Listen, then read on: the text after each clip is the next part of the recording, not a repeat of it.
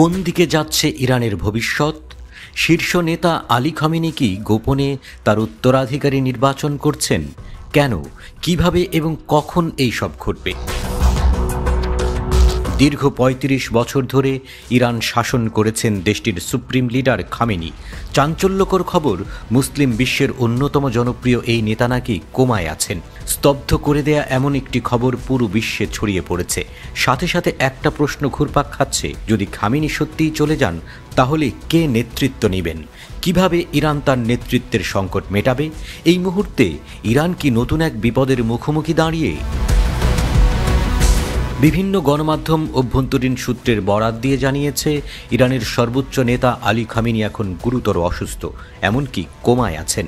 যদিও ইরান সরকার আনুষ্ঠানিকভাবে এই খবর নিশ্চিত করেনি, তবে বহু সোশ্যাল মিডিয়া পোস্ট এবং আন্তর্জাতিক সংবাদ সংস্থাগুলি দাবি করছে, খামেনি সম্ভবত তার শারীরিক অবস্থার কারণে শীঘ্রই শাসন ক্ষমতা ছাড়তে পারেন। এই খবর এমন এক মুহূর্তে সামনে এসেছে যখন ইরান এবং ইসরায়েলের মধ্যে উত্তেজনা তুঙ্গে। মধ্যপ্রাচ্যে যে কোনো সময়ে বৃহত্তর সংঘাতের আশঙ্কা রয়েছে, আর ঠিক এই সময়ে খামেনির শারীরিক অবস্থার অবনতি ইরানকে একটি বৃহত্তর সংকটে ফেলতে পারে।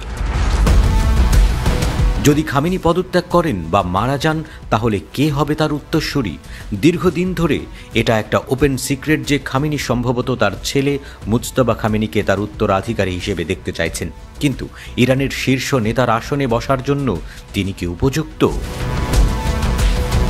গত কয়েক বছরে মুজতবা বেশ কিছু গুরুত্বপূর্ণ রাজনৈতিক সিদ্ধান্তে তার প্রভাব বিস্তার করেছেন। ইরানে ক্রমেই তার উপস্থিতি শক্তিশালী হয়ে উঠেছে।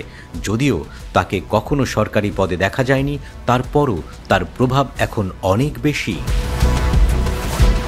একটি গোপন বৈঠকের মাধ্যমে সেপ্টেম্বরের শেষের দিকে খামেনির উত্তরসূরি হিসেবে মুজতবা খামেনিকে বেছে নেওয়ার খবর বেরিয়ে এসেছে। এমনকি বেশ কিছু রিপোর্ট দাবি করছে, খামেনি তার জীবদ্দশায় শাসন ক্ষমতা তার ছেলের কাছে হস্তান্তর করতে চাচ্ছেন, যাতে উত্তরাধিকার নির্বাচন নিয়ে কোনো বড় ধরনের বিরোধের সৃষ্টি না হয়। খামেনির উত্তরসূরি নির্বাচন নিয়ে ইরান সরকারের মধ্যে গোপন বৈঠক হয়েছে। ইরানের অ্যাসেম্বলি অব এক্সপার্টেসের ৬০ সদস্য ২৬ সেপ্টেম্বর এক গোপন বৈঠকে এই সিদ্ধান্ত গ্রহণ করেছেন। সিদ্ধান্তটি ছিল, মুজতবা খামেনি হতে যাচ্ছেন ইরানের পরবর্তী সর্বোচ্চ নেতা।